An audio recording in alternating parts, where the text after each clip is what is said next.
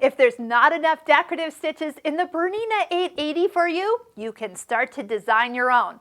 Or maybe you've seen on other brands of machines stitches that you don't have specifically in the machine. Again, we've got a stitch designer featured with this little pin and line right here.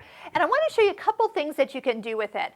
I've used it quite a bit when creating my own stitches, and people are always amazed. I'm like, where did you get that stitch? I'm like, well, I created it. But I'm going to show you a couple tricks, things that I love to do to get some unique outcomes that you wouldn't have thought were this easy. So you don't have to be an artist. You would probably benefit if you had a little graph paper and the stitch that you might be trying to duplicate from another brand or from a piece of fabric that you've seen it stitched out on. But I'm going to show you some things that you can do without having to get too wild and creative. So first off, one of the things I love to do is actually come into the decorative stitches, and even a stitch like 301. Now, if you've stitched out your stitch book, you know that some of these stitches aren't very bold, and I'm always looking for bold stitches, especially the ones that I use on my Stitching Cosmos online course quilts. I want them to look a little bit thicker. So let me show you what I'm talking about. Stitch number 301, super easy, but only the thickness of your thread is really going to be how thick this is. Now, compared to a stitch, let's find one that would be what I'm talking about, where it's a little bit heavier, bolder stitch in the first place. This one, for example, see how much bolder it is? And that's because the stitch goes out and back, out and back. And so every time you stitch, you're going to get 2 stitches on the same one. Okay, so we're going back to our decorative stitches, and we're going to do 301. With that stitch on your screen, select the stitch designer. So that stitch comes in with you. So here's what I want to show you. So one thing that I'll be showing you too is that we can manipulate this stitch. You can select an area, you can add stitches, and of course if you're like, ooh, I don't want that, you have the undo feature right here where you can kind of back up and realize, ooh, I want it back to where it normally is. Here's one of my favorite features. It is to triple every stitch in this particular decorative stitch that we've brought in. But first thing you need to do is actually select all the stitches, turn them blue.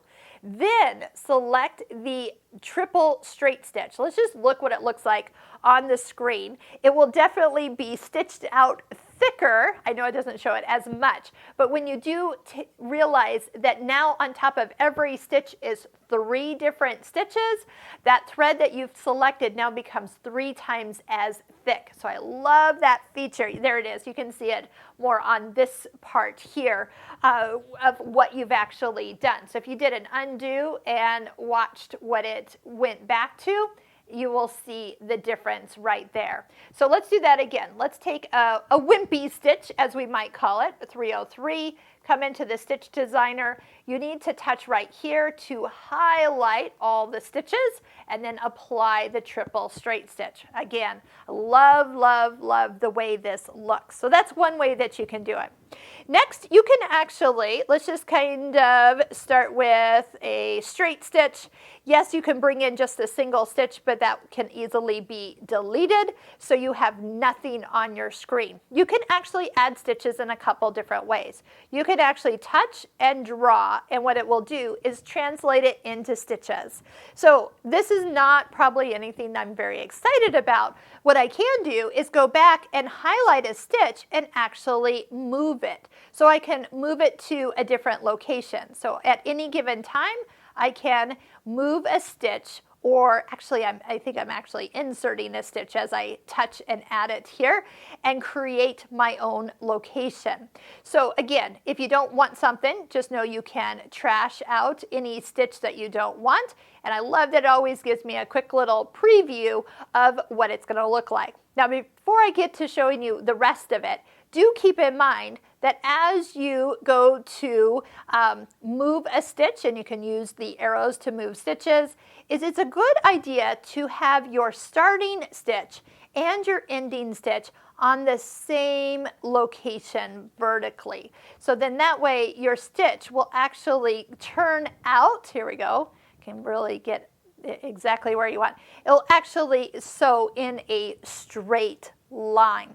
So those are things that can actually make a difference as you go. This little guy, it's kind of like your play button. You can see where you've been at that point at it. If you have drawn out your stitch you're trying to create on a grid, you might like the snap to grid function, because now it actually is going to give you, let me actually delete everything here. Just delete, delete, delete, kind of start over here.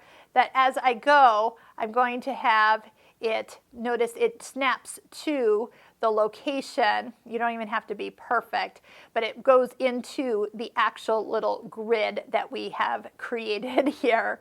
That is a nice feature. To clear it out, you can also touch this one here and go back to a blank screen. But I do want you to just play around with some of the features. You can go into inserting, you can go into removing stitches, and probably the one thing I've enjoyed the most is actually working with stitches that already exist.